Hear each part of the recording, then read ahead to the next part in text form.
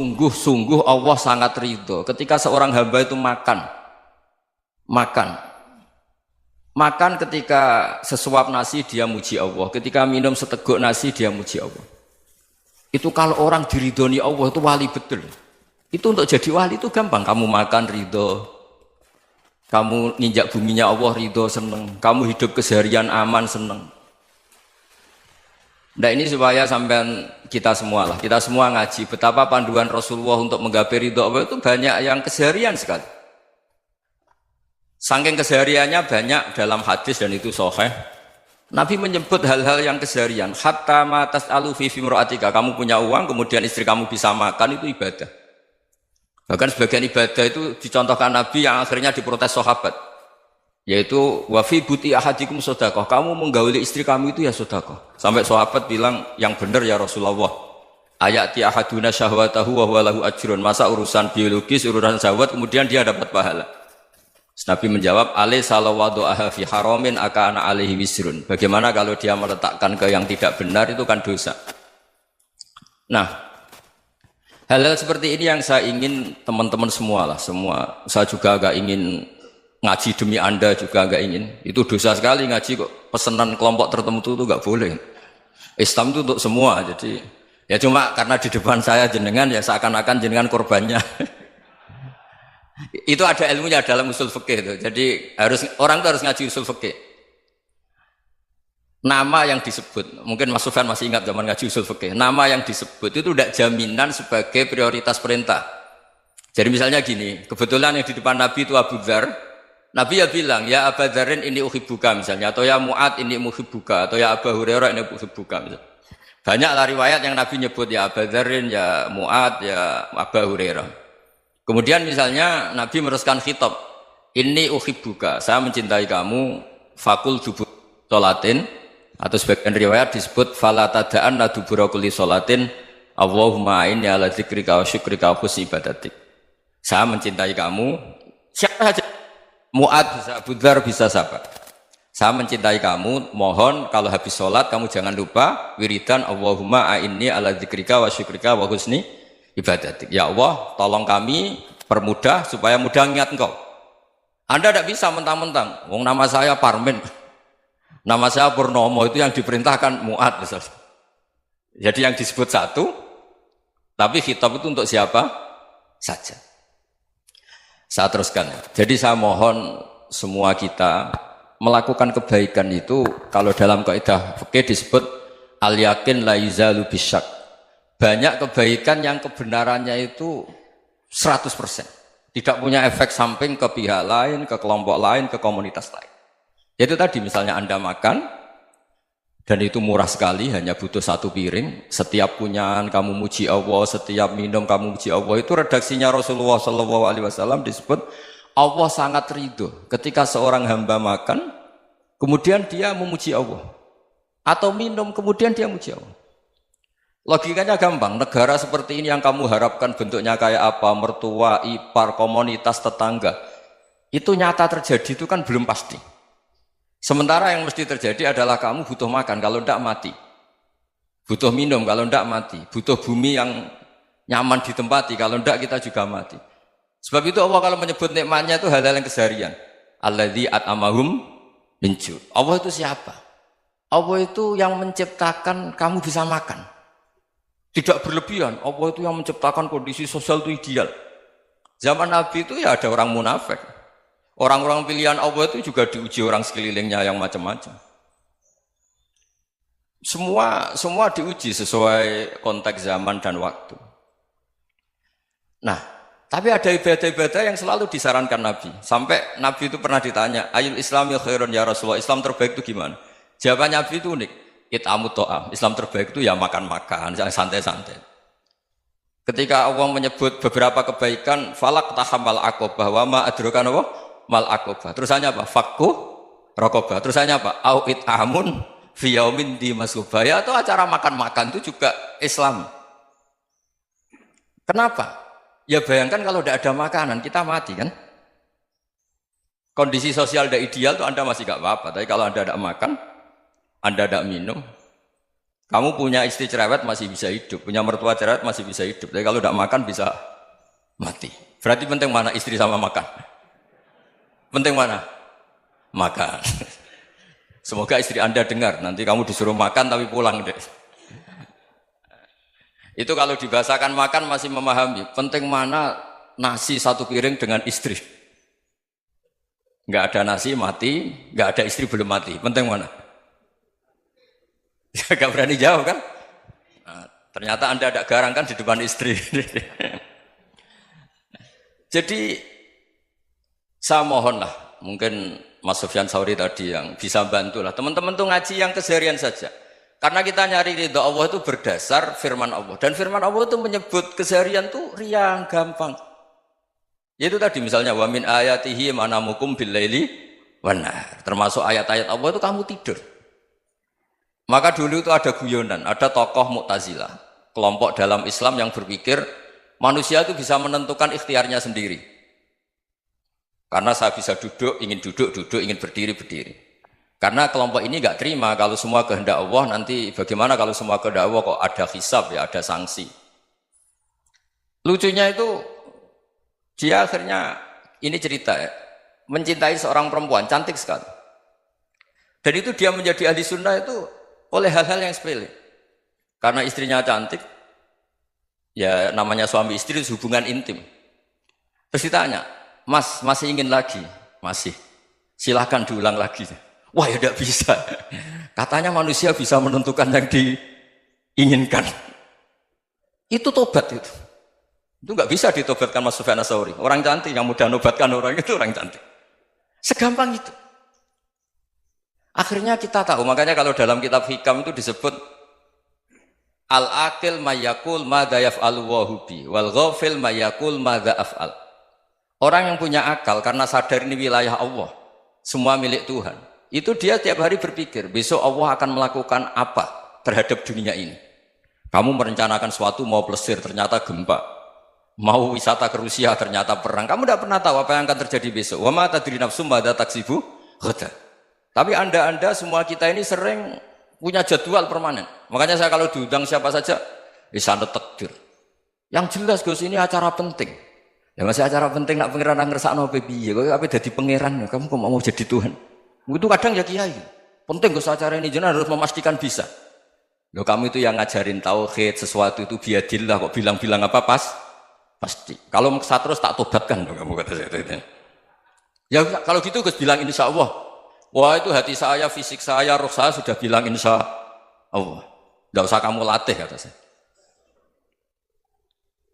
Nah hal-hal tauhid keseharian itu gampang sebetulnya. Wal ghafil yaqulu madza af'al. Tapi orang yang lupa Allah dia setiap hari bilang besok apa? Kita bisa melakukan apa? Seakan-akan dia itu aktor, dia penting, dia subjek permanen, dia. Padahal kita ini hanya objek kehendak Allah Subhanahu wa taala. Karena kita yakin sesuatu yang terjadi di alam raya ini kita tidak bisa apa-apa.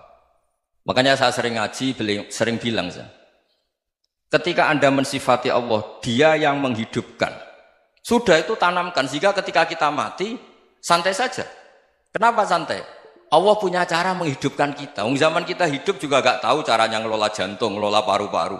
Kamu juga gak tahu ngelola oksigen yang tidak beracun, tidak ngandung polusi. Tahu-tahu hidup. Gak ingin tua ya tahu-tahu tua, gak ingin mati tahu-tahu mati. Selama ini kita hidup juga gak tahu apa sebetulnya.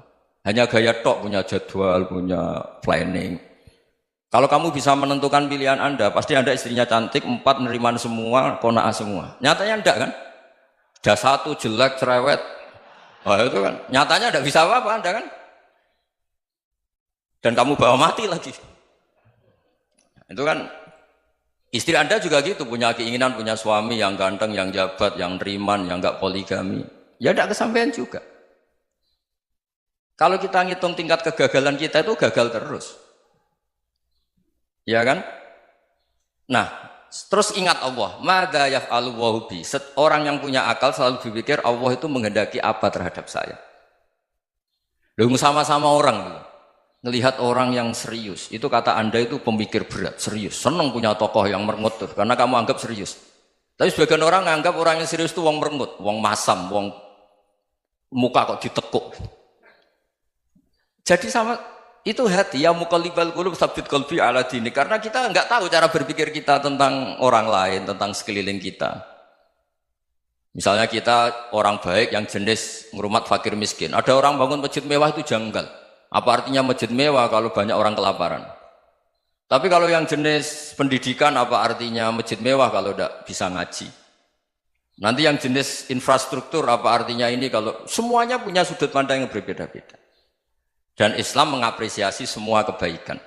Tapi katakan semua kebaikan itu adalah kehendak Allah Subhanahu wa taala. Karena apapun baik Anda itu pakai fasilitas yang diberikan oleh Allah Subhanahu wa taala. Sehingga ini yang disebut qulillah tsumadarhum fi khawdihim yal'abun. Ya kembali tadi ke tema-tema bahwa keseharian Anda ini sudah Islami. Saat Anda tidak bisa melakukan apa saja. Saya sering ada jenazah, biasanya kalau tetangga meninggal saya sering disuruh ngelepas. Saya bilang orang ini baik karena sering ngelamun di rumah, sering nganggur di rumah. Ditanya sama anaknya, kenapa Gus nganggur baik? Ya kalau dia nganggur artinya juga agak berbuat sesuatu yang maksiat kan? Ya kan? Orang nganggur di rumahnya ya tidak bunuh orang, tidak maling, tidak korupsi, ya namanya nganggur di rumah. Lah cuma istri cara pandang nganggur gak menghasilkan uang itu. Tapi juga gak menghasilkan kriminal kan? Jadi sebenarnya Islam itu cara, makanya kalau sampai ngaji usul fikih itu ada kitab usul fikih namanya Lubul Usul, itu terkenal sekali di pesantren itu. Itu kalau ngapresiasi keseharian itu luar biasa. Izma min mubahin illa wa yatahaqqaqu bihi tarku haramimma. Karena keseharian yang mubah saat Anda lakukan itu ada kehebatan yang luar biasa, yaitu meninggalkan haram. Makanya dulu banyak orang-orang alim ketemu temannya itu guyon sampai semalaman. Itu biasanya yang semangat Islam itu kiai kok tidak tahajud, kiai kok tidak witir. Orang yang sedang mapan uangnya banyak, malam itu tidak kelayaban itu sudah luar biasa. Melawan nafsu supaya tidak maksiat itu sudah luar biasa. Supaya lupa guyon sama temannya semalaman sampai subuh. Gejlok-gejlokan ngenang zaman miskin, zaman kuliah nggak jelas, zaman apa. Melihatnya jangan tarkut tahajud. Seperti ini meninggalkan tahajud, tapi meninggalkannya ini talkul muharramat. Jadi kayak apa hebatnya? Sehingga Imam Ghazali punya riwayat yang agak unik. Hatta takuna ibadatu akhiri hadil ummah iku an-naum. Sehingga suatu saat ibadah terbaik umat ini itu tidur. Itu kan riwayat kontroversi. Ketika Imam Ghazali ditanya, kenapa iya? Kenapa kamu mulai keluar dari rumah itu sudah banyak maksiat? Melihat perempuan yang enggak mahram, melihat fenomena. Tapi kalau kamu tidur itu enggak melihat apa-apa. Tapi juga kamu jangan menganggap tidur itu ibadah betul. Saatnya melakukan fardhu ain malah masih tidur. Tapi itu sudut pandang yang menjadikan kita Islam itu gampang. Jadi saat Anda tidak bisa aktivitas apa-apa, misalnya ada beberapa orang yang lumpuh. Lumpuh itu memang nggak bisa Jumatan, nggak bisa ibadah, tapi dia juga nggak bisa maksiat. Tidur itu memang Anda saat itu tidak bisa tahajud, tidak bisa witir, tapi saat itu ada zina, ada maling, tidak gosipkan orang, tidak bully orang, tidak menanamkan kebencian, tidak hasud.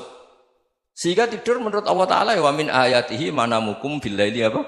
Wan nahar. Karena di tidur itu selain ada unsur istirahat, jaga kestamina, juga ada unsur meninggalkan beberapa keburukan. Nah saya mohon ibadah yang keseharian ini kita jaga. Supaya kita semua baca ayat itu fasih. Fasih itu tertanam di hati. Allah itu siapa? Alladzi at'amahum min ju'i wa amanahum min khauf. Dan Allah kalau cerita di Quran itu anna sababnal ma'a sabba tsumma syaqqaqnal ardha wa syaqqa fa ambatna fiha habba wa inaba wa qadba wa zaituna wa nakhla wa hada'iqa hulba. Kamu tahu saya ini siapa kata Allah? Saya ini adalah Tuhan yang menurunkan air, kemudian ada tanaman banyak.